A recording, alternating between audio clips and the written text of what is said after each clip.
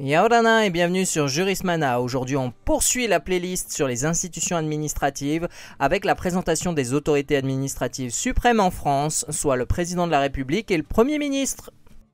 Les autorités administratives suprêmes, dotées du pouvoir d'impulsion de l'activité administrative, sont le président de la République et le Premier ministre. Ce sont des autorités politiques, le pouvoir exécutif, également investies de compétences administratives générales. Le partage de ces compétences, opéré par la Constitution du 4 octobre 1958, conduit ainsi à un bicéphalisme administratif. La Constitution de 1958 semble en théorie privilégier le Premier ministre, qui exerce une compétence générale de principe. Celui-ci, en effet, dirige le gouvernement, lequel dispose de l'administration et de la force armée. Il assure aussi l'exécution des lois. Le président de la République est doté par la Constitution de compétences d'attribution en matière administrative, qu'il exerce via son pouvoir réglementaire et son pouvoir de nomination. Le pouvoir réglementaire du président de la République consiste notamment à signer les ordonnances et les décrets délibérés en Conseil des ministres. Le président de la République est de fait l'auteur des décrets les plus importants. Par ailleurs, il nomme les titulaires aux plus hauts emplois de la fonction publique.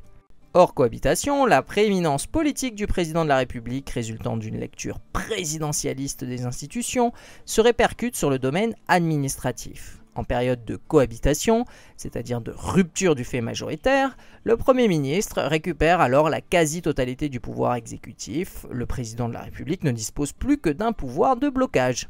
Le chef de l'État et le Premier ministre sont épaulés logiquement par différents services.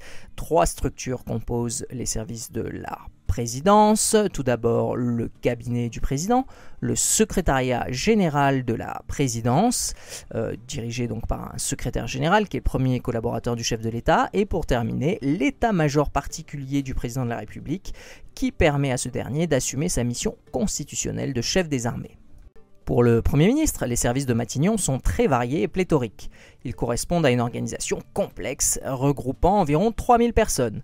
Pour 2 d'entre eux, on retrouve les intitulés ainsi que certaines attributions comparables au service du chef de l'État, soit le cabinet du Premier ministre et le secrétariat général du gouvernement, mais de nombreux autres services sont rattachés au Premier ministre.